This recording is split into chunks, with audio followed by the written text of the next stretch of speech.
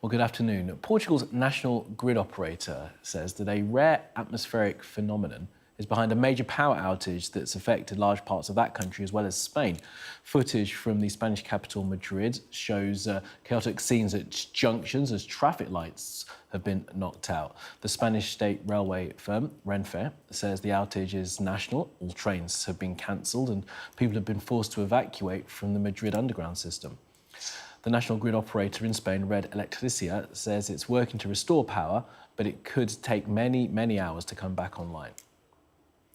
Well, play was suspended at the Madrid Open, forcing the game between Grigor Dimitrov and Jacob Fernley to be stopped. Scoreboards went dark and some cameras lost power.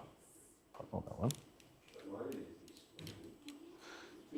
Well, this is a station in Lisbon where the power outage to darkness underground, of course. Portuguese police say that the metro has been closed in both Lisbon and Porto too.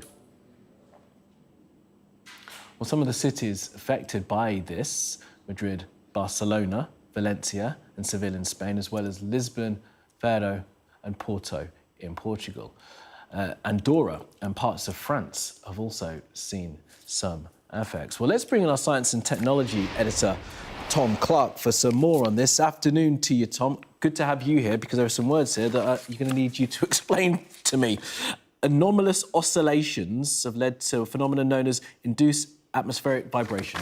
Yes, it's a bit of a mouthful, isn't it? And I think we should bear in mind at the moment that is information coming from Portugal's power grid operator. It hasn't yet been confirmed by the Spanish grid authorities. And I would say at this stage, it is unlikely that one single event one thing might have precipitated this grid collapse, but it's likely that more than one thing went wrong. Because a power grid failure of this scale, and we're still waiting to find out how many people have been affected, but you were just listing some of Europe's largest cities there across Spain and Portugal. This is quite possibly the largest outage we've seen in Europe, maybe not in history, but certainly for a very long time. And things like that don't happen for no reason. And these grids are engineered to be as reliable and dependable as possible because they are, and I think we take them for granted while they're working. We don't realise just how much of a kind of plate spinning act keeping a large grid system, and this is a very large grid system that Spain operates across the whole of the Iberian Peninsula, some of it connected to, as you were saying there, directly to Portugal, also interconnectors to part of France, and it also supplies all of Spain's island nations as well, around the mainland Spain. It's a very, very large grid. And this is about a grid operator's worst nightmare. Not quite the worst, because what we saw at about 12:30 Spanish time was about half, based on their sort of power demand, disappear from the grid. So they've got half their power grid still working, and that's crucial because that means they've got power to put back onto the grid to help restore the balance. And it's all about balance. I'm going to come on to that in a second, but it's not a black start scenario, which is the real nightmare, and that's when you've got no power at all, even to get your power stations running again. That's something that affected Cuba, if you remember, for several weeks quite recently. So at least they've got power in Spain, but getting back onto the grid is no easy feat. And with every hour that goes by now, it gets harder. So first of all, why? Well, a power grid works, as you probably know, on alternating current AC. It comes out of our plugs. Alternating current, though, runs at a very specific frequency. Here in the UK and in Spain, it's 50 hertz. If it drops even a few hertz below 50, 48.5, 47, things start to go wrong. Things start to trip. And the reason the frequency might either fall or rise is if there is a sudden drop in either demand or supply of power. So something's obviously happened here. There was a sudden drop or increase in power supply or demand. That could have been caused, yes, by induced atmospheric variation on a power line between Portugal and Spain.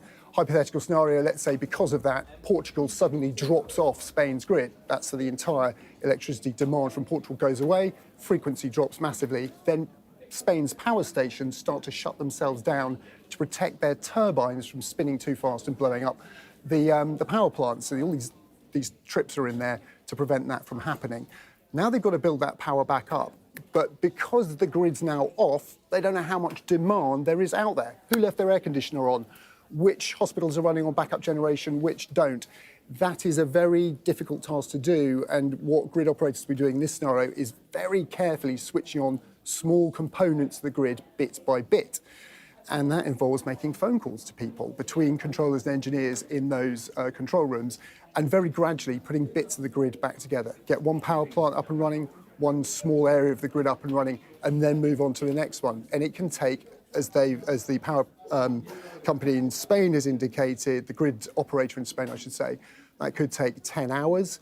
But things can also go wrong. You can have everything can trip. You can have another power outage, and you have to start from scratch again.